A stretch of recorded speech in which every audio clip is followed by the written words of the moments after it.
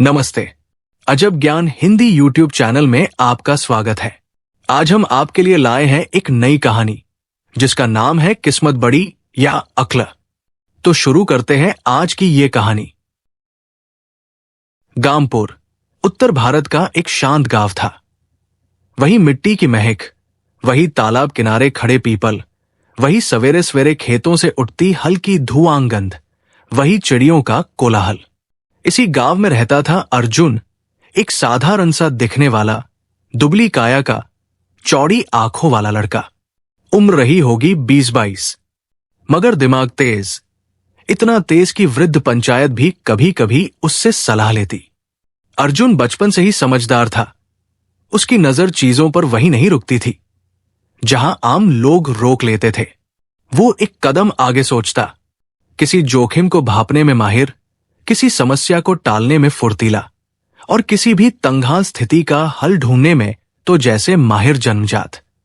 मगर किस्मत, वो उसके साथ ऐसे खेल खेलती थी जैसे कोई अदृश्य खिलाड़ी किसी मोहरे को इधर उधर धकेल कर आनंद ले रहा हो। पिता की मौत अकाल में, मां की बीमारी, घर में गरीबी, रोजगार की तलाश और लगातार असफलता। लोग कहते, अर्जुन होशियार तो बहुत है पर किस्मत इसकी सोई हुई है। अर्जुन ये सुनकर मुस्कुराता और कहता, किस्मत खराब हो तब भी आदमी चलता रहे तो शायद किस्मत थककर ही सही पर एक दिन रास्ता दे देती है। पर क्या सच में? बाबा भवानीदास की भविष्यवाणी। गामपुर के बाहर एक पीपल के नीचे बाबा भवानीदास बैठते थे। गांव वाले किसी भी शुभ काम से पहले उनसे आशीर्वाद लेते।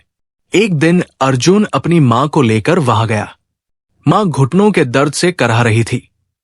दवा देने के बाद बाबा ने अर्जुन को देखा। बेटा, बाबा ने कहा, तू तेजस्वी है पर तेरे जीवन में 2 राहें आएंगी। एक राह किस्मत की और दूसरी अक्ल की। दोनों टकराएंगी और तू उलझ जाएगा। अर्जुन मुस्कुराया, बाबा, मैं उलझूंगा क्यों? मैं अक्ल की राही पकड़ लूंगा। बाबा ने सिर हिलाया, नहीं पुत्र, कई बार किस्मत इतनी ताकत ले आती है कि अक्ल झुक जाती है और कभी कभी अक्ल ऐसी चाल चलती है कि किस्मत को भी घूमना पड़ता है। तू एक दिन खुद समझ जाएगा। बाबा की बात अर्जुन के मन में कहीं चुभ सी गई, लेकिन उसने उसे तर्क के तराजू पर रख दिया। मैं अपने हाथों की कमाई से अपनी तकदीर बदलूंगा। मगर बदलने वाली चीजें बदलने से पहले अक्सर टूटती है और वही होने वाला था। अर्जुन का बड़ा सपना। अर्जुन पढ़ाई में तेज था पर पैसे की कमी के कारण कॉलेज नहीं जा पाया। वो शहर जाकर किसी फैक्ट्री में काम करना चाहता था जहां नौकरी मिले, पैसे आए और घर की हालत सुधरे। कई बार प्रयत्न किए, हर बार या तो नौकरी निकल चुकी होती या रिश्वत की मांग होती। अर्जुन रिश्वत न देता था। शहर में रहने वाला उसका दोस्त रवि बोला, अर्जुन, किस्मत वाले ही कामयाब होते हैं। तू अक्ल के पीछे भागता है पर किस्मत का दरवाजा खोलना पड़ता है। अर्जुन बोला, किस्मत का दरवाजा तभी खुलता है जब दिमाग चाबी बना दे। दोनों हंस पड़े, मगर फिर भी अंदर कहीं सवाल गहरे उतर चुके थे। आखिर कौन बड़ा है, किस्मत या अक्ल? एक दिन गामपुर में खबर फैली कि पास के शहर में एक बड़ा उद्योगपति शेखर मल्होत्रा एक परियोजना शुरू कर रहा है। उसे ग्रामीण युवाओं की जरूरत है। अर्जुन दौड़ता हुआ इंटरव्यू देने गया। लंबी लाइन थी, सैकड़ों लोग, कम सीटें। इंटरव्यू में सवाल पूछे गए, एक खेत को 3 हिस्सों में बराबर कैसे बांटोगे? अगर पानी कम पड़ जाए तो फसल कैसे बचाओगे? किसी विवाद को बिना झगड़े कैसे सुलझाओगे? बाकी लड़के अटक गए पर अर्जुन ने हर सवाल का तार्किक जवाब दिया और वो चयनित हो गया। गांव में खुशी की लहर दौड़ गई। मां की आंखें भीग गई। लोग कहने लगे, देखो, अर्जुन की अक्ल ने किस्मत बदल दी। पर क्या सचमुच? किस्मत अभी भी अपने खेल से बाज नहीं आने वाली थी। नौकरी मिली तो सही, पर नौकरी का स्वरूप आसान नहीं था। शेखर मल्होत्रा की कंपनी खेती, पानी प्रबंधन और गांवों में आधुनिक तकनीक लागू करने का काम करती थी। अर्जुन का पहला काम था गामपुर के पास की पहाड़ी पर एक नया जलस्रोत खोजने का सर्वे करना। अर्जुन पहुंचा, नक्शे देखे, मिट्टी की जांच की, पत्थरों की दिशा देखी। उसने अंदाजा लगाया, यहां 60 से 70 फीट नीचे पानी मिलेगा। पर कंपनी के इंजीनियर ने कहा, नहीं, 200 फीट तक खोदना होगा। अर्जुन समझ गया, इंजीनियर किताब के हिसाब से बोल रहा है और वो धरती की नब्ज समझकर। पर कंपनी में नया था, चुप रहा। मशीनें आई, खुदाई शुरू हुई, 200 फीट तक गई, पर पानी नहीं मिला। कंपनी को लाखों का नुकसान हुआ। इंजीनियर ने गलती की, मगर दोष आया अर्जुन पर। तूने गलत जानकारी दी होगी। अर्जुन चुप रहा, लेकिन उसका मन टूटा। कंपनी ने उसे सस्पेंड कर दिया। गांव वापस जाते हुए बस की खिड़की से बाहर देखते हुए अर्जुन की आंखों में सवाल घूम रहे थे। मेरी अक्ल ठीक थी, फैसला सही था, लेकिन किस्मत ने पलट दिया। तो क्या किस्मत बड़ी है? अर्जुन हार मानने वालों में नहीं था। उसने खुदाई की जगह वापस जाकर मिट्टी उठाई, नक्शे देखे, दिशा देखी, सूरज की चाल देखी, जंगल के पौधों का निरीक्षण किया। 1 हफ्ते बाद उसे पता चला, इंजीनियर ने रिश्वत लेकर खुदाई की दिशा बदली थी। जहां खोदा गया वहां कभी पानी हो ही नहीं सकता था। अर्जुन क्रोधित हुआ, मेरी अक्ल सही थी, सिर्फ किस्मत ने मौका नहीं दिया। पर क्या यह भी किस्मत का खेल नहीं था? उसने सबूत इकट्ठे किए, रिकॉर्डिंग, नक्शे, नोट्स और गवाह। शेखर मल्होत्रा के सामने वो पहुंचा। पहले तो मालकिन की सुरक्षा ने रोका, मगर जब अर्जुन ने कहा, साबित कर सकता हूं कि आपकी कंपनी का करोड़ों का नुकसान किसने करवाया है, तो उसे भीतर ले जाया गया। शेखर मल्होत्रा शांत, गंभीर, अनुशासित आदमी था। उसने अर्जुन के सबूत देखे, इंजीनियर को बुलाया, पूछताछ की। सच सामने आ गया। अर्जुन की सस्पेंशन हट गई और उसे प्रमोशन भी मिल गया। शेखर बोला, तुझमें अक्ल है, ईमानदारी है और हिम्मत है। ऐसे लोग कम होते हैं। अर्जुन की जिंदगी पहली बार साफ आसमान जैसी दिखने लगी।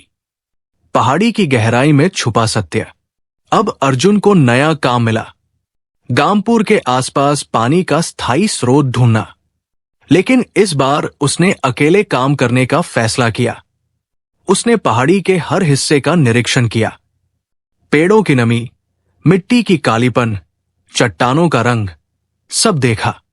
आखिरकार एक जगह उसके दिमाग में चमक हुई, यहां नीचे बड़ी नदी की शाखा बहती है। लोग हंसने लगे, अरे अर्जुन, तू खुद को वैज्ञानिक समझता है, कितने बड़े बड़े लोग खोज नहीं पाए, तू पालेगा। मगर अर्जुन अडिग रहा। उसने खुदाई के लिए अनुमति मांगी। कंपनी ने 200 फीट की अनुमति दी, पर अर्जुन बोला, सिर्फ 80 फीट तक खुदाई चाहिए। लोग फिर हंसे, पर जब खुदाई 80 फीट पहुंची, मशीन के फाल नम हो गए। फिर मिट्टी भीगी और कुछ देर बाद पानी उफन कर ऊपर आया। गांव में शोर मच गया, लोग चकित रह गए। इस खोज के कारण पूरे इलाके का जल संकट खत्म हो सकता था। अर्जुन अचानक हीरो बन गया। लोग कहने लगे, अक्ल की जीत हो गई। किस्मत क्या बिगाड़ लेगी अर्जुन का। पर किस्मत सुन रही थी। वो अभी अपना बड़ा दाव खेलने वाली थी। अर्जुन अपने काम में इतना डूब गया था कि रात दिन पहाड़ी पर सर्वे करता। एक शाम तेज बारिश आई, पहाड़ी की मिट्टी कमजोर हो गई। अर्जुन नीचे उतर रहा था कि अचानक पूरा किनारा धंस गया। अर्जुन 20 फीट नीचे गिर गया। चोटें गहरी थी, हाथ टूट गया, सिर से खून बहा। किसी तरह लोग उसे उठाकर अस्पताल ले गए। डॉक्टर बोले, हाथ को ठीक होने में महीनों लगेंगे, काम नहीं कर पाएगा। कंपनी ने भी बीमारी की छुट्टी दे दी। आय बंद हो गई। मां की दवाइयां फिर मुश्किल हो गई। अर्जुन बिस्तर पर लेटा लेटा सोचता, मेरी अक्ल ने मेरे लिए नया रास्ता खोला था, पर किस्मत ने मुझे गिरा दिया। क्या किस्मत बड़ी है, या यह भी एक परीक्षा थी? कई महीने बाद हाथ ठीक हुआ। अर्जुन फिर अपनी पुरानी चाल में लौटने लगा। एक दिन गांव में मेला लगा। वहां एक अजीब सा बूढ़ा बैठा था। मैला कुर्ता, सफेद दाढ़ी और लकड़ी की छड़ी। वो चिल्ला रहा था, किस्मत जाननी है तो आओ। अर्जुन को याद आया बाबा भवानीदास की बात। किस्मत और अक्ल की दो राहें आएंगी। वो बूढ़े के पास गया। बूढ़ा मुस्कुराया, तू ही अर्जुन है जो किस्मत से लड़ रहा है। अर्जुन चौंक गया, आप मुझे कैसे जानते हैं? बूढ़ा बोला, किस्मत और अक्ल दोनों मुझे बताती है। अर्जुन बैठ गया और बोला, आप बताइए, किस्मत बड़ी है या अक्ल? बूढ़ा हंसा, बेटा, किस्मत वह है जो तुम्हें बिना पूछे मिलती है। अक्ल वह है जिसे तुम खुद बनाते हो। सवाल यह नहीं कि कौन बड़ा है। वह रुका और बोला, सवाल यह है कि तू किसका इस्तेमाल सीख लेता है। अर्जुन ने पूछा, मतलब? बूढ़ा बोला, किस्मत मौका देती है, अक्ल उसे पहचानती है। अगर किसी के पास किस्मत है पर अक्ल नहीं, वो मौका खो देता है। अगर किसी के पास अक्ल है पर किस्मत नहीं, उसे मौके मिलने में देर लगती है। पर जब दोनों साथ चलते हैं, आदमी चमत्कार कर देता है। अर्जुन के मन में एक नई रोशनी जली। अर्जुन जब शहर लौटा तो उसे पता चला कंपनी बंद होने वाली है। नुकसान बढ़ गया था। शेखर मल्होत्रा बीमार भी थे। कर्मचारी परेशान थे। अर्जुन से कहा, तू तो बुद्धिमान है, कुछ कर सकता है। अर्जुन ने हालात का जायजा लिया। कंपनी की असली समस्या थी गलत सर्वे, भ्रष्ट अधिकारी, प्रोजेक्ट की खराब योजना, आधुनिक तकनीक की कमी। अर्जुन ने एक नई योजना बनाई। हम लोगों को पानी बेचना बंद करें। हम उन्हें पानी बचाना सिखाएं। कम लागत के जल संग्रहण केंद्र बनाएं, जिससे गांव खुद पानी पैदा करे। शेखर मल्होत्रा बोले, यह तरीका बिल्कुल नया है। काम करेगा? जरूर करेगा।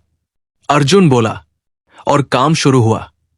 अर्जुन ने हर गांव में जाकर छतों पर वर्षा जल संग्रहण, पुराने कुओं को पुनर्जीवित करना, पहाड़ियों पर जलवरोध, तालाबों की खुदाई, मिट्टी परीक्षण, स्थानीय युवा ट्रेनिंग, सब शुरू किया। पहले महीनों में ही पानी की स्थिति सुधरने लगी। लोग खुश, कंपनी की छवि सुधरने लगी, फंडिंग भी आने लगी। अर्जुन रात दिन काम कर रहा था। एक दिन शेखर मल्होत्रा ने उसे ऑफिस बुलाया। वहां पूरा स्टाफ खड़ा था। शेखर बोले, मैं अपने पद से हट रहा हूं और कंपनी का नया प्रमुख होगा। अर्जुन, सब हक्के बक्के रह गए, पर यह सच था। अर्जुन अब कंपनी का हेड था। और याद हो, गामपुर में जो जलस्रोत उसने खोजा था, वो आज पूरे जिले को पानी दे रहा था। एक शाम अर्जुन पहाड़ी पर बैठा था। हवा चल रही थी, सूरज ढल रहा था। वो सोच रहा था, मेरी अक्ल ने मुझे आगे बढ़ाया, मेरी किस्मत ने मुझे पीछे धकेला, पर हर बार जब मैं गिरा, मेरी अक्ल ने रास्ता निकाला और मेरी किस्मत ने नए मौके दिए। उसी समय अचानक बूढ़ा मेला वाला उसकी बगल में प्रकट हो गया, जैसे हवा से बना हो। वो बोला, अब बता बेटा, किस्मत बड़ी या अक्ल? अर्जुन मुस्कुराया, दोनों, पर अकेली किसी की भी कीमत नहीं। किस्मत दरवाजा खोलती है, अक्ल उस दरवाजे से गुजरना सिखाती है। दोनों साथ हो तो मनुष्य अपना भाग्य खुद लिखता है। बूढ़ा हंसा, अब तू समझ गया, यही जीवन का रहस्य है। और उसी क्षण वो बूढ़ा गायब हो गया। अर्जुन समझ गया, वो कोई साधारण मनुष्य नहीं था, वो किस्मत का दूत था, या शायद अक्ल का जादूगर। कुछ साल बाद गामपुर पूरे प्रदेश का मॉडल गांव बन गया, जहां हर घर में पानी था, हर खेत हरा, हर युवा रोजगार में। अर्जुन ने कंपनी का विस्तार कर दिया। देश भर में जल संग्रहण प्रोजेक्ट शुरू हुए। सरकार ने भी उसे पुरस्कार दिया। और वो लड़का जो कभी कहता था अक्ल बड़ी है, अब मुस्कुराकर कहता, किस्मत और अक्ल दोनों एक ही सार है, एक बिना दूसरे अधूरा।